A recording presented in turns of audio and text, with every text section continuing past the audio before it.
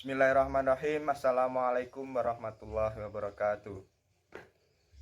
Perkenalkan, kami dari kelompok 5 mata kuliah Etika Wirausaha akan menjelaskan tentang aspek pasar dan pemasaran yang beranggotakan Alif Yarineza, Ayu Sulistawati, Emma Sulfanihaya, Henny Nurlaili, dan saya sendiri Hisam Riza Azizi. Assalamualaikum warahmatullahi wabarakatuh. Perkenalkan, saya Henny Nurlaili, NIM 031.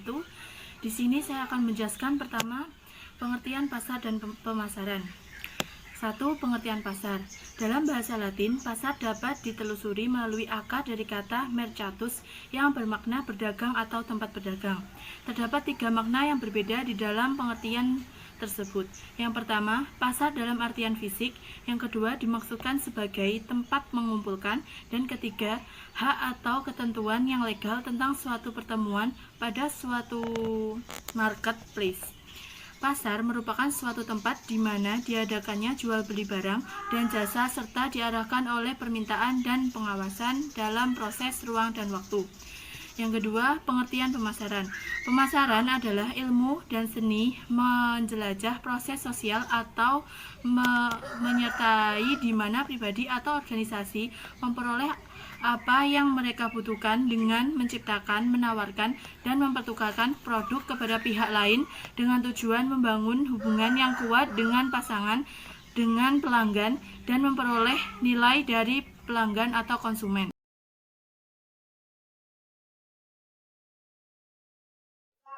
Perkenalkan, nama saya Alif Yarineza, NIM 206-190003 akan menjelaskan tentang struktur dan jenis pasar. Struktur pasar merupakan karakter suatu pasar yang mempengaruhi strategi persaingan dan penentuan harga pasar. Struktur pasar berhubungan dengan karakteristik dan pentingnya pasar di dalam perekonomian. Dengan mengetahui struktur pasar, kita dapat mengklasifikasikan suatu bentuk pasar, apakah mendekati pasar persaingan sempurna, monopoli, persaingan monopolistik, dan persaingan oligopoli.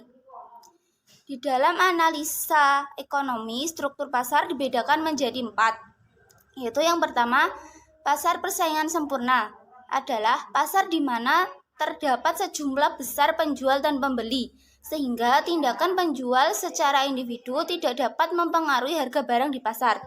Yang kedua, pasar persaingan monopolistik adalah pasar di mana terdapat banyak penjual atau perusahaan dan memiliki ukuran-ukuran yang relatif sama besarnya.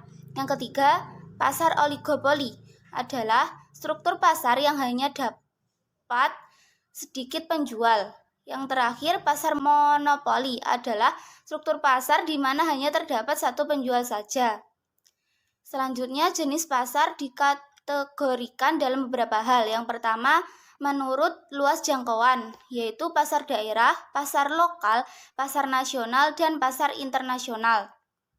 Yang kedua, menurut wujud, yaitu pasar konkret dan pasar abstrak. Yang ketiga, menurut barang yang diperjualbelikan, terdiri dari pasar barang konsumsi dan pasar barang produksi.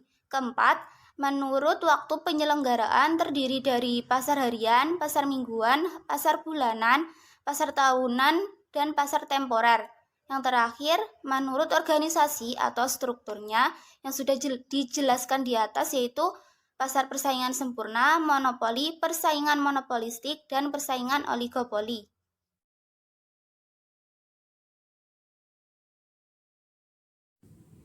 Saya Emma Sulfanihaya, NIM 2061921 akan menjelaskan tentang analisis pasar dan pemasaran. Analisis pasar ada 2. Yang pertama, luas pasar. Luas pasar bagi perusahaan tidak selalu berarti penjumlahan seluruh populasi penduduk. Populasi penduduk tidak selalu berarti populasi pasar.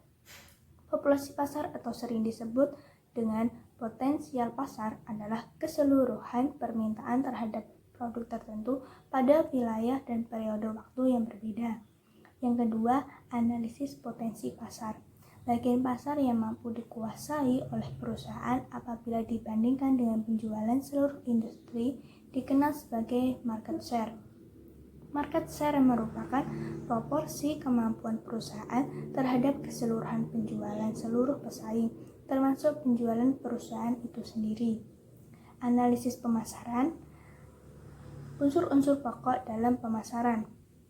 Yang pertama, pemasar adalah organisasi perusahaan atau perorangan yang mempunyai tujuan tertentu bagi organisasi maupun pribadi. Yang kedua, barang dan jasa.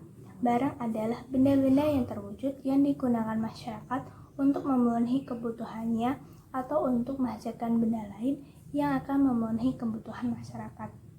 Jasa adalah suatu barang yang tidak berwujud tetapi dapat memberikan kepuasan dan memenuhi kebutuhan.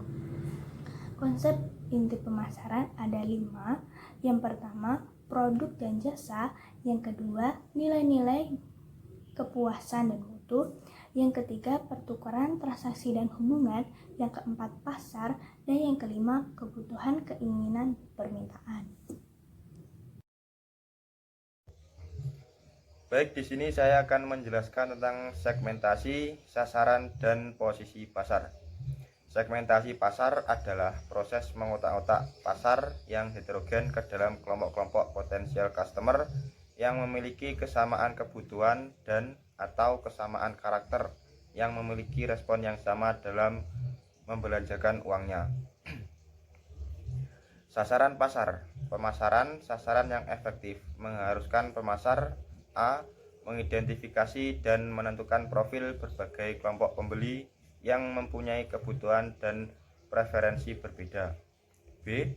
Memilih salah satu atau lebih segmen pasar untuk dimasuki.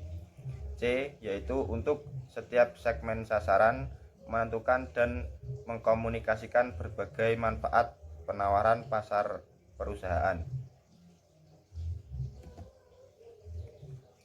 Posisi pasar. Dalam menentukan penentuan posisi perusahaan dapat memperhatikan faktor-faktor sebagai basis atau landasan penentuan posisi.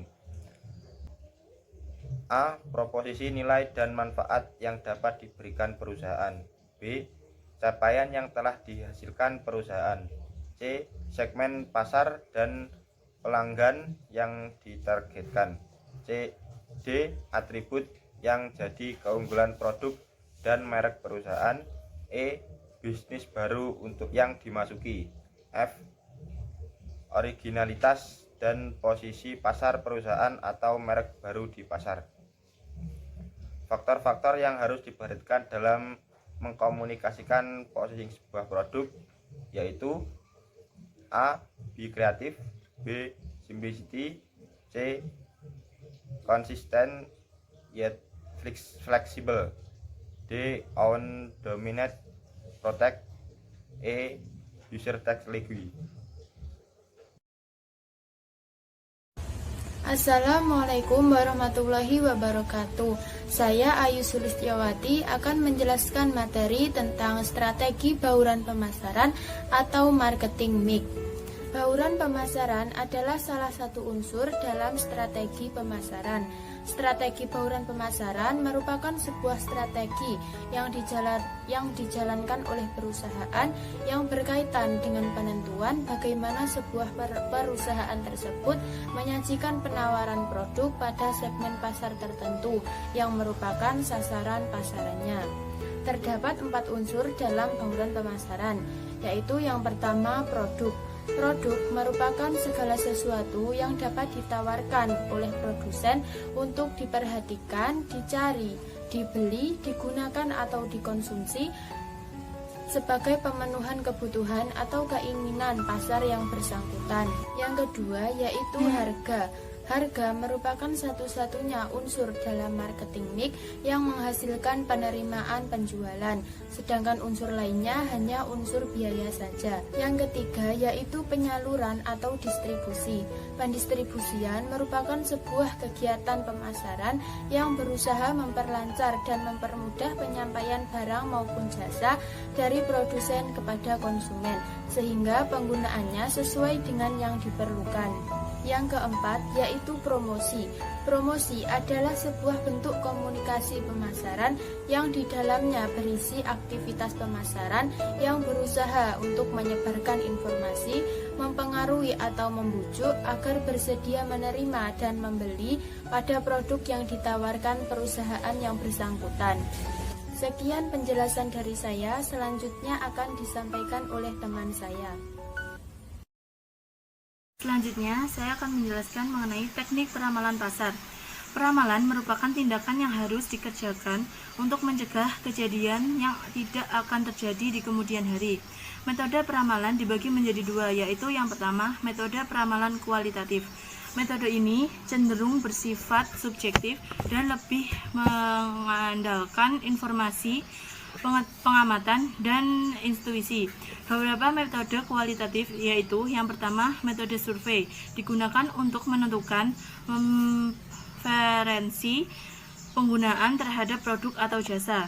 Yang kedua, DLP method didasarkan pada kesepakatan kelompok ahli dan umumnya menggunakan kuesioner yang berisi pertanyaan. Yang ketiga, jury of executive opinion digunakan dalam keadaan sensitif atau darurat. Yang keempat, history analogi menggunakan histori produk sejenis untuk meramalkan kondisi pada masa depan. Yang kelima, sales and operation planning yaitu mengolaborasikan perencanaan internal terutama bagian penjualan dan operasi. Yang selanjutnya yaitu metode peramalan kuantitatif, merupakan metode peramalan yang menggunakan data histori berupa angka. Hasil peramalan ini akan sangat tergantung pada metode yang akan digunakan. Penggunaan yang berbeda akan menghasilkan peramalan yang berbeda pula. Ada dua metode peramalan kuantitatif, yakni yang pertama metode peramalan kuasal, yaitu menggunakan informasi satu atau beberapa variabel independen terhadap variabel-variabel dependen. Yang kedua, metode time series atau deret waktu, yaitu menggunakan data-data pada masa lalu untuk meramalkan pada masa yang akan datang.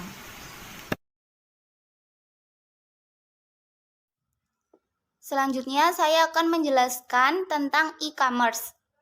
Dengan ditemukannya teknologi World Wide Web atau WWW pada tahun 1990-an, maka pelaksanaan e-commerce menjadi semakin pesat.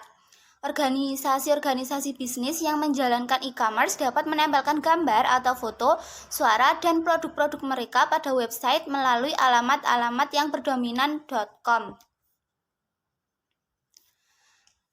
Electronic commerce atau e-commerce adalah konsep baru yang bisa digambarkan sebagai proses jual beli barang atau jasa pada www internet. Bisa juga diartikan e-commerce adalah proses transaksi jual beli yang dilakukan melalui internet di mana website digunakan sebagai wadah untuk melakukan proses tersebut. Kegiatan bisnis membedakan e-commerce dibagi menjadi beberapa tipe. Yang pertama, business to business atau B2B adalah jenis e-commerce yang dilakukan antar perusahaan dengan perusahaan. Contohnya Alibaba, Grand Indonesia, dan PT Avesta Continental Pack. Yang kedua, business to customer atau B2C atau perdagangan antara perusahaan dan konsumen adalah e-commerce yang melibatkan konsumen dalam informasi pembelian barang atau barang informasi. Contohnya Amazon, Bineka, dan Hartono. Yang ketiga, business to government atau B2G didefinisikan sebagai perdagangan antara perusahaan dan sektor pemerintahan.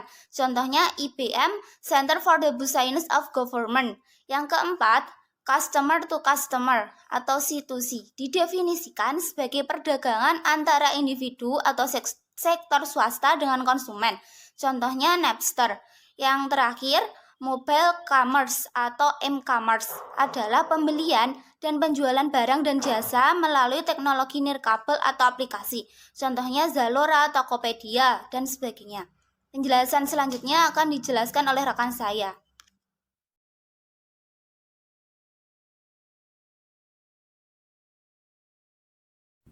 Sosial media. Peran sosial media pada wirausaha. Ada 3 Yang pertama, sosial media berperan dalam mengembangkan organisasi bisnis, terutama berkaitan dengan merek, jenis produk, dan spesifikasi produk sebagai daya tarik bagi konsumen. Yang kedua, sosial media memiliki jangkauan yang lebih luas dan mudah diakses dalam mempromosikan produknya dibandingkan dengan memasarkan secara konvensional. Yang ketiga, sosial media juga sebagai salah satu komponen penting dalam strategi pemasaran pada setiap transaksi bisnis, dari organisasi kecil sampai dengan organisasi bisnis dalam skala besar.